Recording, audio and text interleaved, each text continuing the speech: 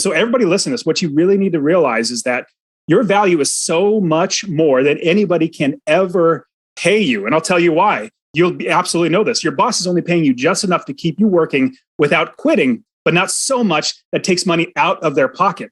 And so you need to realize is that as you are getting paid for your value, you're going to get paid so much more. Welcome to the Rental Property Owner and Real Estate Investor Podcast, brought to you by the Rental Property Owner Association, providing benefits and services to real estate investors and rental property owners for over 48 years. With your host, Brian Hamrick from Hamrick Investment Group. This episode is sponsored by Green Property Management, now offering a $250 per unit project allowance to new clients in West Michigan. Find out more at livegreenlocal.com. And RCB and Associates, helping real estate investors and small business owners navigate the complex world of health insurance and Medicare benefits at rcbassociatesllc.com. Hello and welcome to episode 318. According to current economic reports, more and more people are leaving their W-2 jobs, and many of them do not plan on coming back. So where are these people going, and how do they plan on paying their bills? Well, according to my guest today, many of them are looking to build a successful real estate investing business so they can retire early. Obviously, not all of them, but some of them are. Dustin Heiner quit his job when he was 37 years old by investing full-time in real estate. He's the founder of Master Passive Income and host of the Successfully Unemployed Podcast. He also wrote the book, How to Quit Your Job with Rental Properties. Today, we're going to discuss how it's possible to achieve financial independence and freedom without a W-2 job. Dustin, welcome to the show. Hey, Brian. Thank you so much for having me. I'm super excited to be here to share with people how they could be successfully unemployed too, because I just got tired of working for somebody else. So it's great to be able to share. So I appreciate you having me on. Well, thank you for being here. And why don't you tell us a little bit about yourself and how you became successfully unemployed through real estate? I quit my job when I was 37 years old, but it's because I had so much real estate or rental properties. See, I don't flip, I don't wholesale. That's too much work. I want to not do anything and still make money. So what got me into doing this was, well, I've always been entrepreneurial in my life growing up. I had a newspaper delivery route where I would ride on my bike with bags of newspapers and throw them and hit garage doors and bang them really loud.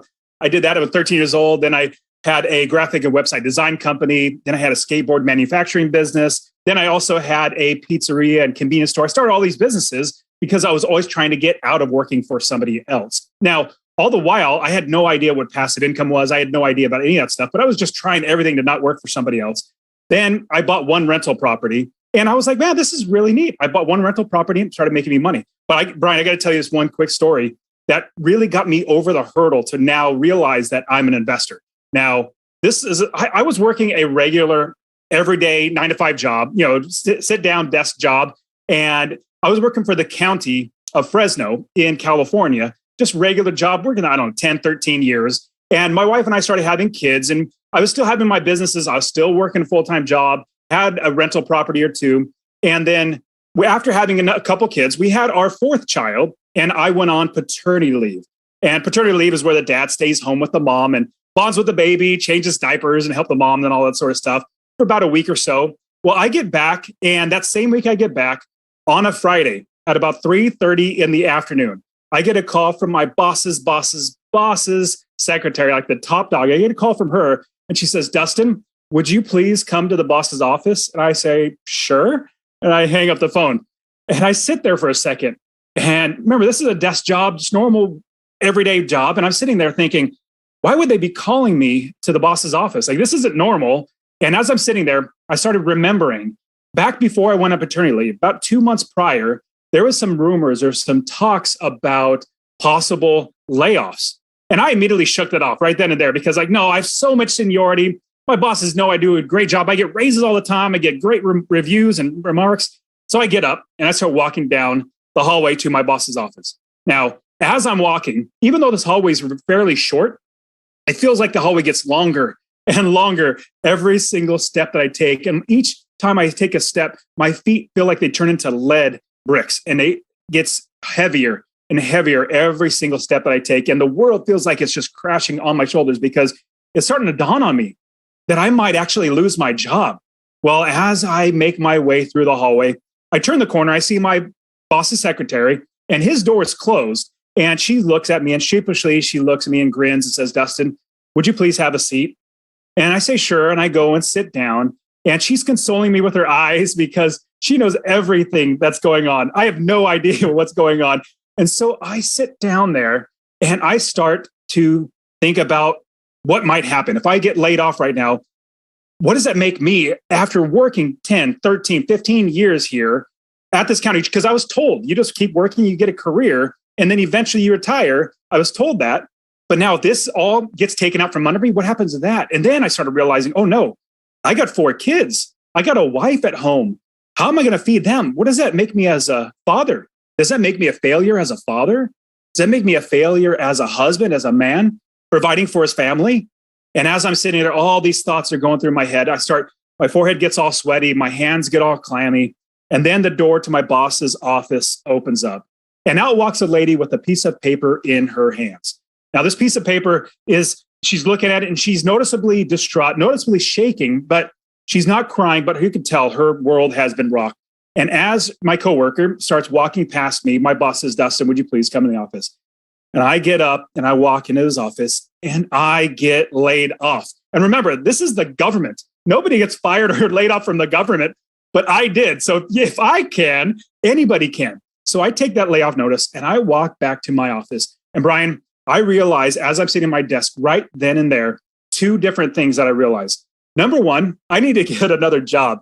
I need to get another job to be able to provide for my family because I'm not going to have enough money to provide for my family. So I was really, really blessed, praise the Lord, to find another job very, very quickly inside the same county, different department. The sheriff's department was a great department, worked there for a number of years afterwards, but I was able to get another job. The second thing that I realized right then and there was that no longer was I ever going to tell anybody. If they ever asked me the question, Dustin, what do you do for a living? Or what do you do? I would normally tell them, I work for the county. I do IT work for the county.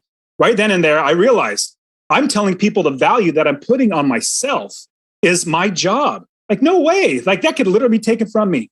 Now I changed that. Now I told myself, whenever I'm going to answer anybody, I'm going to tell them my true value. My true value is I am an investor, because I always knew that's what I wanted to be, was an investor. I just need something, that catalyst, to help me get over the hurdle to actually do this, to where I started telling everybody. So I started working at this new county department, started working there another 3, 4, 5 years, was going really, really well, bought property after property. Anytime anybody ever asked me what I'm doing with my life and what my job is, I'm an investor. And so everybody listen to this, what you really need to realize is that your value is so much more than anybody can ever pay you. And I'll tell you why. You'll absolutely know this. Your boss is only paying you just enough to keep you working without quitting, but not so much that takes money out of their pocket. And so you need to realize is that as you are getting paid for your value, you're going to get paid so much more. And I'll round out the story by sharing this. So Brian, I started working at this new department, started buying property after property, saving and buying and saving and buying so many properties. I had almost 25, 30 properties. And I realized, man, even though I'm making $75,000 a year here, I'm losing money. So I walked in my new boss's office. He's a good boss and everything, but I gave him a 2 weeks notice. I basically laid him off and said, I'm done working here. He said, Dustin, what are you going to do? And I said, I'm not going to do anything. I got rental properties. I literally don't need to work. And I'll round out the story by saying this. As I was walking away from the last time ever working a job, it's about 1.5 miles walking downtown Fresno. It felt like I was walking on clouds, as opposed to walking with lead bricks down that short hallway. I was walking on clouds, Brian, because I knew I would never, ever need a job again. So everybody needs to realize your value is so much more than anybody could ever pay you. Wow, that's a great story, Dustin. And a lot of people have left their jobs already, and they just aren't coming back. What's going on there? And is it a dangerous idea that you have here to get people to think about leaving their jobs when we need people to have jobs? We need people to be able to take care of the government and keep it running, to keep businesses going. I love your message, but I also wonder, if everybody left their job, where would we be? It's a fantastic point. So I don't say that flippantly. Like, it's a really, really great question. So I love giving people jobs. I don't need a job. There are plenty of people that need jobs. So I have lots of businesses now. And all of my businesses, I employ people who don't want to be like me. Now, my message is for maybe 15% of the population. There are so many people in the population that they're basically That's their personality. That's what they want. They want to work a job. They absolutely should. Not saying that everybody should quit. If your desire is that you want to become successfully unemployed, then you absolutely should strive to do that. I know everybody listening to your show they have this aspiration of investing. Well, investing can get you further and further beyond if you wanted to quit. Now, even though I quit working for somebody else, I work a lot. Even though I'm not working for somebody else, I probably work, 40, 50, 60, 70 hours a week sometimes for myself because I have, 5, 6 businesses that I'm currently working on, but I employ other people. So I give other people jobs. So round out, I'll say, absolutely, there are always going to be people that need to have a job, but there are going to be people that need to give them the jobs and need to take the risk, because that's a big thing that people might think, okay, the people doing the work, they're the ones that do the most work. I'm like, but the person that took the risk to start the business, they're the one that had the guts and they're going to put it all on the line. They're going to go broke if they don't get this done. They did that. They deserve all that credit because you didn't do it. So my perspective is you start the business, then you hire people. Let's take our listeners through that process of leaving their jobs, becoming successfully unemployed. I think back to the first time I ever quit my job to get into real estate. I realized pretty quickly, well, gee, if I'm going to go out and get loans to buy rental property, I have to have W-2 income to be able to do that. So I quickly, within a couple months, ended up going back to work. Luckily, they took me back. Let's start there. If someone is listening to this and they're like, I want to leave my job, I want to get out of the W-2 world and start my own real estate business, what should they be thinking and doing? The way that I did it was I made sure that I had income coming in from my properties. Now, remember, at the time, now I have 30 plus properties. At the time, I had about 20 properties when I quit my job. And you're right, it's hard to get a loan when you don't have a W-2. It's so much easier. There's the banks, it's guaranteed income. So it's easier to get the loan, get qualified for the loan, basically. And the banks say, oh, you're a valuable borrower. All you need to do is basically prove that you can pay back the loan. If you have enough income coming in from all your properties, then you'll be totally fine to get a loan. I get loans all the time. I even get business loans. And because I have a business now, and this is something I'll tell everybody, and I always love sharing this, you want to build the business first when you're investing in rental properties. When you build the business first, you have the ability to get financing for your business. Now, I will round out to say that what I believe, and this is what I did, was I bought property after property after property. Eventually, I had so many properties that I had so much money coming in that I even paid off a lot of my loans because my wife's very conservative minded financially. And she's like, well, if you're going to quit your job, we need to get real out of this debt. So we were able to pay off a lot of our loans. Now, all that's just cash flow income coming in from those properties. So absolutely, the W-2 job, I suggest working that W-2 job until you have enough money coming in to definitely provide for yourself, save for more future investing, and then at the same time, hopefully you've built the business first. And I could definitely explain how you build the business first, but hopefully you built the business first so then you can start having your business get loans instead of you. You were doing this by just doing the traditional buy and hold method. Tell us what you were buying, the type of cash flow that it was throwing off. You're in Fresno, so you're paying California prices, but you're in Fresno, so I'm not sure what that means. It's probably a little different than LA or San Francisco. But talk about that. What was the strategy you were employing to build up this initial portfolio of 20 units that allowed you the cash flow to quit your job? So it's a little twist in that. It was in 2006 when I first started investing, first buying properties. And in 2006 in California, it was horrible. You could not buy a property and get cash flow. And I realized that I needed to make cash flow if I were going to quit my jobs. I call them JOB. You live just over broke. But as I was quitting my JOB, I realized, or I wanted to, I need to have enough income coming in from passive income from not working for my properties. So I did not buy in California. I flew all the way to Ohio. Now, I'm going to tell you this is the way I did it when I started. This is the wrong way. Don't do it this way. I can and will tell you the right way. But I flew to Ohio, of all places, just found a property manager, found a realtor and said, oh, you guys, have a pulse and you're breathing. I trust you. Go ahead and work together. So I bought a property, actually, the only property I've ever seen out of the 30 plus properties that I've owned, only property I've ever seen. Bought it and then had a property manager manage it. Then had the property manager eventually started stealing from me, and like 6 months later started stealing from me. Then I was like, oh no, what's going on? Then I had to fire her and find somebody else really quick. It was all wrong. But there's an easy way to do it, a right way to do it, where they won't actually steal from you. But long story short, what I did was I invested out of state. Now I invest in Texas, Ohio, and Arizona. And I have students that invest literally all over the country, depending on wherever we want to invest. So I personally like the Midwest, and I usually try to shoot for $250 or more in passive income, 3-bedroom, 1 bathroom at minimum, 2 bathroom. Hopefully, if the area has usually 2 bathrooms, 1,200 to 1,500 square feet, all those sort of criteria. But the criteria for me is $250 a month in passive income. And what that looks like is $250 a month is $3,000 a year without working. 10 properties is $2,500 a month. That's $30,000 a year in passive income. 20 properties, $5,000 a month, $60,000 a year in passive income. And so the reason why, back when I started investing in 2006, I made money. The reason why I made money in the up, down, or sideways market is because I did not invest for speculation or appreciation. I didn't speculate or hope or guess that the market was going up. I didn't care if it went up. I only cared about my rents. I only cared about $250 a month in passive income because I knew I needed to live on it, and I needed to make sure if there's any issues, I needed to make sure I had enough money to pay for it. And so because even though 2006 I bought properties, they were pretty high, but then in 2010 the prices dropped about 50%.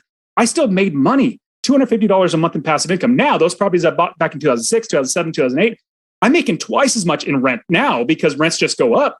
My mortgages are gone. I'm making so much more money. Long story short, whether the market goes up, down, or sideways, I make money because I make my money in passive income.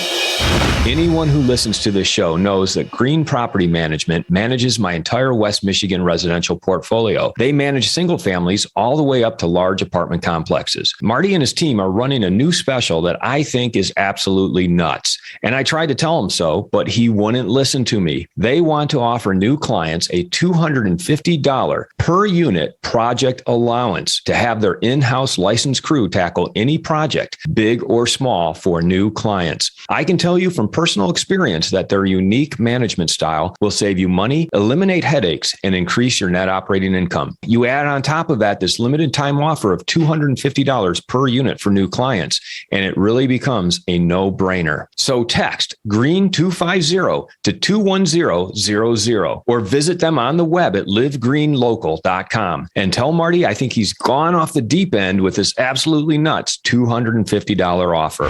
If you're thinking of leaving your W-2 job and becoming a full-time real estate investor, one of the greatest costs you must consider is healthcare for you and your family. When I made this transition myself, I found the whole healthcare insurance process to be confusing and frustrating. That's why I'm glad I met Chad Creasy at RCB and Associates. Chad is a professional health insurance agent who helps real estate investors and small business owners understand and choose their best healthcare options. And best of all, his services are covered by the insurance company and won't cost you a dime. If you live in Michigan and are expecting a change in your healthcare insurance coverage for any reason, or losing employer coverage or transitioning into Medicare, then you owe it to yourself to contact Chad Creasy at rcbassociatesllc.com. And what was the cost of entry into each of those properties? And were you making enough at your job to be able to put the down payment on those properties?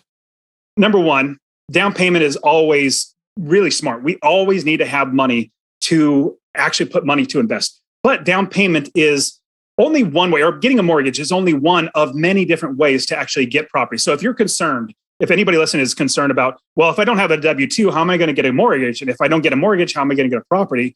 There are so many ways to buy real estate. Now, I'm not saying you should do no and low money down. Those are really, really hard. But there are other ways, basically using other people's money. Signature loans, I've used those before. If you hard money, private money. I've even used a credit card. Now, that's definitely an advanced strategy. I used a credit card in the past. I made money, tremendous amount of money from that one purchase, but because I knew what I was doing. So you're thinking about down payments, absolutely. Now, when I take on any students in a one-on-one coaching, if they don't have $10,000 at the bare minimum, I don't take them on as a student because they're not ready. They need to save enough money. And so I believe if you have $10,000, we can definitely get you started investing. Now, those types of homes are going to be in the Midwest. Now, you're not going to get $10,000 and be able to buy a home in, let's say, San Francisco And with that, you wouldn't even make passive income, even if you could buy it. So we're looking like in the Midwest, where you're going to have really, really inexpensive properties, but the rents are relatively high. At the same time, get down in the Southeast, down in the Carolinas, down into Florida, you're going to find some really good properties as well. But the big thing is you are going to worry, well, if I'm buying lower priced homes, and remember, this is Midwest, it's not the coasts. And so you're probably going to be finding homes for about, at minimum, $60,000, $50,000, $50,000 to $60,000. And yes, there are homes still for sale for $50,000 and $60,000. My students are, in fact, one of my students just bought a $80,000 house. I think it's renting for like $1,200. So he's making a good amount of money for that house. But we're investors, so we buy it lower, so we capture equity. But all that to say, what we do is we use our money to buy properties. We could use it as a down payment. We could use it as a way to get leverage from, let's say, a private money. We have lots of different ways to actually get money to finance our properties. If you have a student who comes to you with $10,000, take us through that process. How do you help them acquire real estate that they can start cash flowing with? The very biggest thing that you must do if you're investing in real estate is build the business first. Now, I'll definitely explain that, because what you're going to hear when you get other people that teach or show you how to invest in real estate, they're going to say, find a property, run the numbers, make sure you're going to be making, $50 or $100 a month in passive income. Then you find somebody to fix it up. Then you find somebody to rent it out. Then you find a property manager. Then. They always have this. That's the plan. And the plan is your property is your business. In my opinion, that's literally just about backwards. We don't want to do any of that stuff. That's actually wrong. A lot of my students, they come to me and say, Dustin, okay, I found this area and I've already got like 3 realtors finding me properties. I'm like, no. Don't do that. We don't want realtors right now. Now, if there's any realtors listen to this, maybe plug your ears right now, but realtors are a dime a dozen. And we don't do anything with a property unless we build the business first. Now, let me explain what build the business first looks like before we actually buy a piece of property. Now, if you're going to start a convenience store, fountain machines, sodas, you have candy bars, all that sort of stuff. So if you're going to start a convenience store, you're not going to lease a location and then open the doors and put a box of candy bars inside there. In fact, you would go out of business. You'd lose money in 2 seconds if you did and go out of business. No, what you would do is you would build the business first. You get the gondolas, those are the shelving units. You'd get the countertops, the fountain machines, the cold storage, the bank accounts, the cash registers, the employees. You'll get everything set up in the business before you buy any inventory to put into your business. Same thing with real estate investing.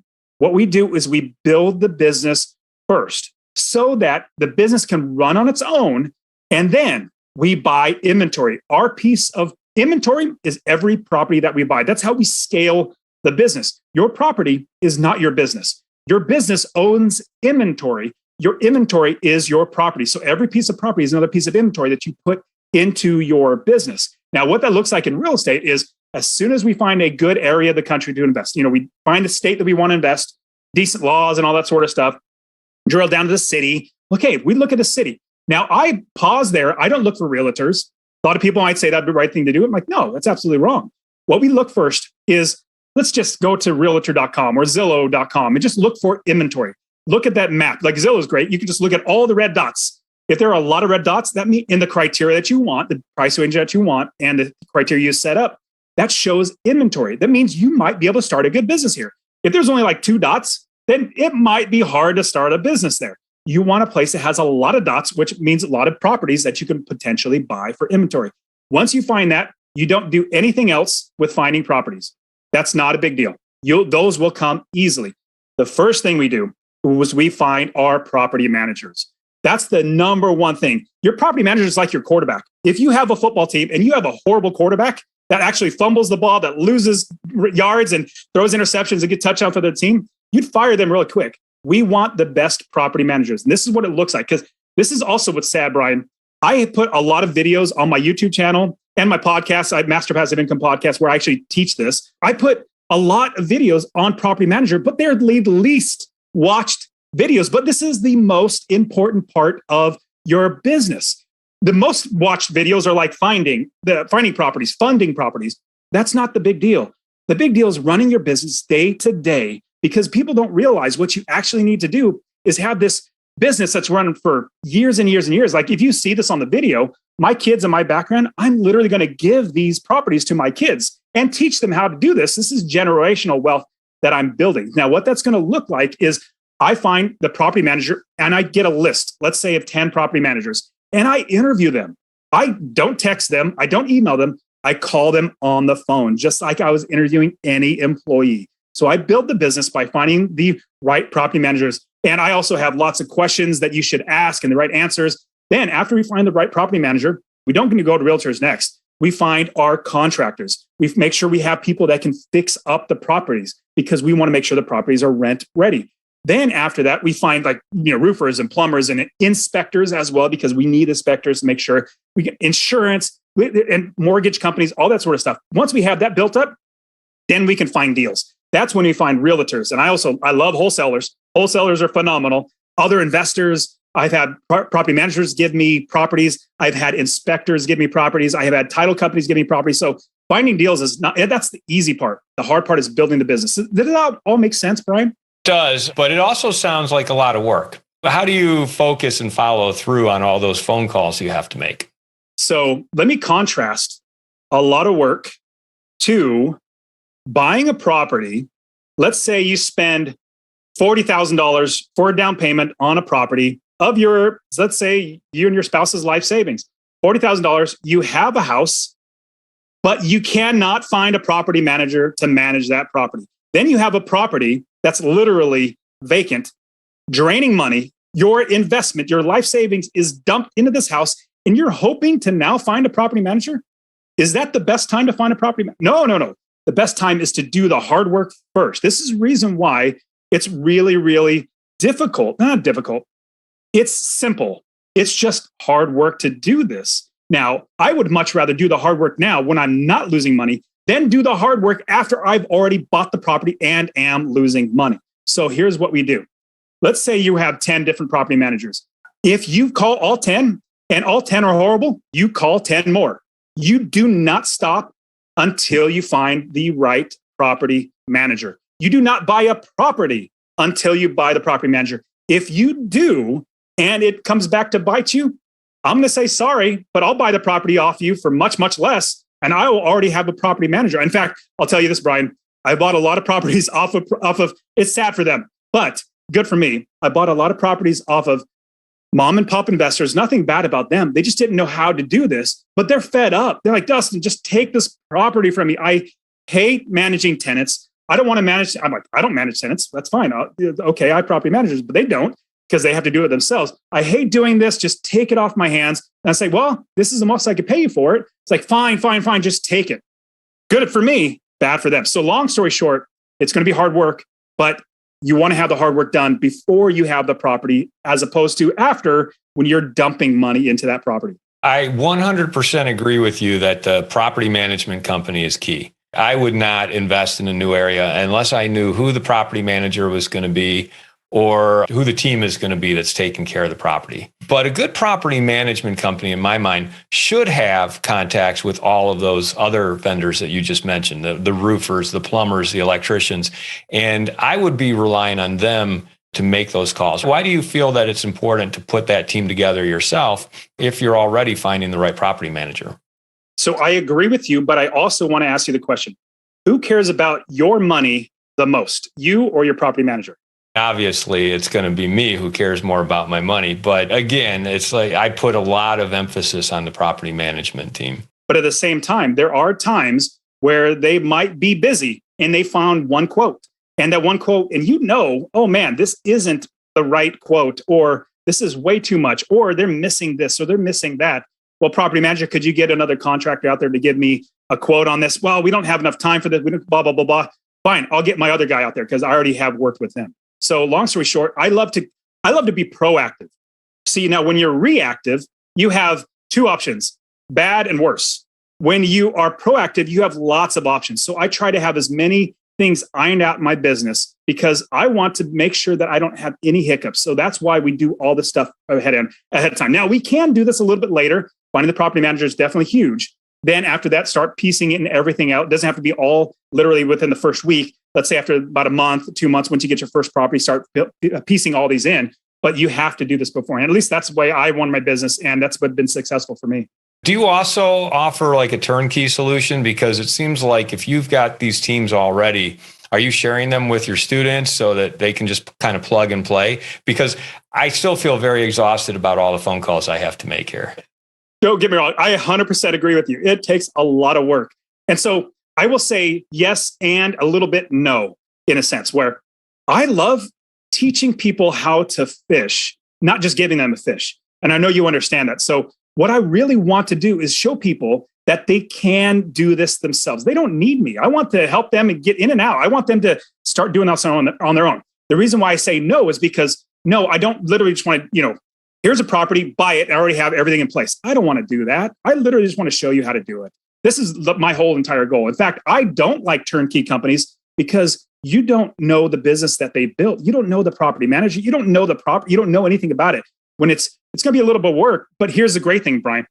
Once I build the business, once you or anybody builds a business, you literally don't need to build it again unless something drops out. Then you find another piece to fit it back in. Now in my business, I don't work, let's say, you've probably heard the book called 4-Hour Work Week. Well, 4 hours work week, that's for suckers. I don't work 30 minutes a day or 30 minutes a week. I don't even work 30 minutes a month, barely. I pull up my property management statement, look at it, make sure everything's good, and then put it aside because I've already done all the hard work before. Now, when I buy a property, it takes me 2 or 3 hours, find the property or somebody sends me the property. I analyze it. Oh, it takes me 10 minutes. Great. Let me put an offer in. Realtor puts the offer in. No more work on my shoulders. Then once I wire the money, that's another 5-10 minutes. Then once I'm done, it's literally 30 minutes to an hour out of my time to buy this property. Then I send everybody else to do the work. Now, all that to say, what I also do to answer your question about giving people the, let's say, property managers, the contractors, 100%. So I have my coaching, and anybody who gets with me with one-on-one coaching, all of my, let's say, contacts and accounts, literally for free. I literally want to give that to you. You're a part of my coaching. I'll give it to you right away. Also, I have group coaching where we also have students who've also done this hard work. They've called all the property managers in many different states and many different cities. And we've compiled, or I've worked my best to compile a list of all property managers, mortgage brokers, hard money lenders, private money lenders, like everything that they've done. We've compiled lists of all these hard works. Now, all the students will have to do their own due diligence to make sure that these fit in their business, make their own calls, interview them. But a lot of the work has already been done for other investors. Now, one thing, what's interesting, one of my students literally called 23 banks or 23 mortgage companies until she found the one that fit her criteria.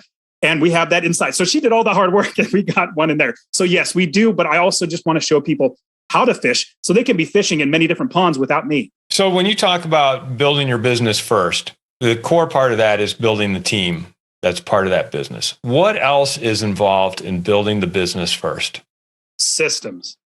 Systems are huge. It's basically making sure that it runs on its own with your criteria so that it does not falter, that it follows exactly what you want. The last thing you want is a property manager to let somebody stay in the house for, let's say, 2 or 3 months without paying rent or giving just $50 and not evicting the tenants. So I'll give you an idea of one example of a system. So rent is due on the 1st. It's late after the 3rd. On the 4th, you give them a 3-day notice. Then tax on a late fee, whatever the late fee is that you're charging. And obviously, this is all state specific. You got to make sure your property manager, they usually know the law, so make sure it all fits. But this is in general how it works. Rent's due on the 1st, late after the 3rd, the 4th, 3-day notice. Once the 3-day notice is up, you start the eviction process. Without a doubt, start the eviction process. I don't care where they're at. I don't care if they have any sob stories or whatever, because just like if you stop paying your mortgage, there's like clockwork. It's a business. Your mortgage company is going to eventually start the foreclosure process. It's just literally going to stop. They're not going to start. You're not going to be able to call them, hey, my son got arrested, so I got to use the mortgage payment for bail. No, they're not going to stop. Oh, yes, that's fine. They're not going to do that. They're going to say, that's too bad. We're going to have to start the foreclosure process. So that's what we do is we give our property managers, our contractor, we give them business rules so that they know how to proceed for our business. Now, the way that they manage other landlords, totally fine. Do whatever they want for you and their property management or whatever they're going to have you do. But for my properties and my company, you run it this way. So when you have those systems set up, then you literally don't even have to think because it's all running on its own. Anything else before we move on about building the business first? So as you're building the business first, you need to be focusing on the passive income, because as we're building, if you're going to build any business, you're focusing on profit. You're focusing on making sure that you're making money. And as I already said, we always shoot for $250 a month. And that $250 is a buffer. Now, obviously, I use it to live on. That's what we use to, feed our family, to provide a roof over our heads, all that sort of stuff. But I use it as a buffer so that in case there is let's say a furnace goes out, that might be $1,500 to $2,000. If you're only making $100 a month in passive income, let's say you're also even saving for reserves, capital expenses and all that sort of stuff. But $100 a month in passive income is only $1,200 a year. Now, if you have a furnace goes out, that'll eat up all your reserves as well as eat into your passive income. Let alone a roof goes out. That would be horrible. Then you're really eating into everything. I'd rather have $250 in profit. So that's $3,000 a year. That goes so much further if there's any other problems. But then after you have 10, 20, 30 properties, like I literally never write a check anymore for any of my properties because all of the money that comes in from my properties go to any fixes, any issues, or any whatever. I don't have to write a check anymore. It just might, instead of thousands, it might come up with just a little bit less in the check that I get every single month from one of my property managers. So run it like a business. Make sure you're making a profit and set those business systems in there. Okay, so we set up the business. We're still working our W-2 job. Now it's time to start buying some properties and putting some properties in that business. What do we do? Next, we start finding the people to send us deals. That's the biggest thing. I love waking up in the morning. I drink my coffee, go to the gym, come back and look at my email after having breakfast, and then look at my email and look for properties. Because I have wholesalers sending me properties, investors, property man. I get properties all the time. Realtors sending me properties. And then once I see a property that I like, I'll put an offer in on it. That's basically it. So the biggest thing now is to get deals coming to your door without you even doing anything. So if you're out of state, who's your boots on the ground that's actually eventually going to go look at this property and make sure it's right for your portfolio? What I love is hiring experts. Now, Zillow is not an expert. In fact, they're really off a lot on their estimates and everything. In fact, they just stopped. They were buying houses and flipping them and selling them for a profit. They just shut that whole thing down because it was losing money on them. But anyways, Zillow's not the expert. Realtor.com is not the expert. Any website, any app is not the expert. The experts are your business people. The people that are in your business that you've already built up beforehand, they are your experts. So the first one, your realtor is going to be able, or wholesaler, whoever it is, they're going to go to the house, take pictures for you, send you those pictures, give you information on what needs to be fixed up in the property. Then you're going to verify it, always verify it, because I never fly anywhere. In fact, like I said, all the 30 plus properties that I've owned, I literally haven't seen one of them before I bought it, and only seen 2 total out of all of them. Most of them I don't even see. I don't even care to see them. Now, I have other people check on other people. This is just like any business. We verify everything that other employees are doing by having other people check on. Give an example of what that looks like. So you have a realtor that's going to send you pictures and tell you what's going to be fixed up, needs to be fixed up. Then you have your property manager. Once you're about ready to buy the property, you have your property manager now look at the property and then tell you exactly how much it's going to cost to fix up. Because like you said, Brian, we count on our realtors to have all those people that are going to be doing the fix up. But if they don't, then we can have our own people. So that's what I'm saying is we have the property managers check the realtors, verify their information between the two. Then let's say we have our own contractor or roofer that's going out there. We have them verify all that information. So long story short, we have everybody check everybody, or at least we get all the information from every single person that we work with, disseminate that on our brain to figure out what's going to be the best course of action and then make the best decision. How often are you getting properties under contract, sending your people out there and they give you the green light versus you send your people out there and they're like, ooh, stay away from this property? In other words, are you maximizing the best benefit from the people on your team when you send them out to look at properties in a way that you're actually following through and being able to close more often? 100%. So before I have anybody actually visit the property, physically visit the property, I send a list to my property manager. Biggest question you should ever ask your property manager is, will you manage the property? That's the thing. If they're going to say, no, I will not manage the property, it's a bad area, it's this, that, or the other, then you better rethink that or find a new property manager that will manage it. Either way, you need to do something before you buy the property because you don't want to own a house that you cannot have somebody or nobody will manage. So 100%. So I send, let's say, a list of 5, 10 properties to my property manager just to look online, overview. Yes, no, how much we could rent it for. That's the biggest thing. Realtors aren't realtor. I've been told I say it wrong. It's not realtor. Realtors, they do not, in my opinion, give the best rental rates. They'll way overestimate how much you could get it rented for. Property managers are very realistic because they're going to be one managing it for you long term. I have these property managers for 5, 10 years more that are working for me. I have one property manager been with me for 15 years. Been doing a fantastic job. And so it's long term. They want to make sure that I'm being very, very successful. So they're going to tell me, oh, hey, I know this property and I have a property right around the corner. It's renting for $1,200. Same exact property. We could probably get $1,200 for it, depending on what it looks like on the inside, but roughly about $1,200. Great. You haven't even driven to the property, haven't even looked at it. I have a lot more information just by talking to my experts on the ground there who are literally in that area, which is my property manager. Then from there, I send the people out to make sure, because I already know I want to go for it because my property manager agreed to it. And then I go for it and get all the quotes and everything else like that. You get a property, your property manager gives you the thumbs up, you have your other people go out and look at it, and you're going to close on it. Are you putting together a budget for repairs that need to be done right away? What's your attitude about going in? Do you go in strong and fix everything and fix it up? Or do you just kind of manage it as is, assuming it's okay? So the big term for me is rent ready. Rent ready. Now, if there's a tenant already in there, it's okay to not do too much in the property. In fact, I suggest to all my students, don't do a lot of work on the house when the tenant's in there, because once they move, you're going to have to do all the work all over again.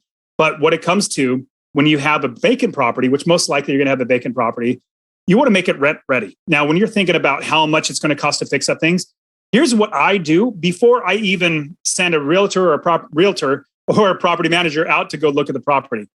I even just estimate what it's going to cost. I know it's probably going to need flooring. Well, that's probably $2 a square foot. How many square feet is it? 1,200 square feet.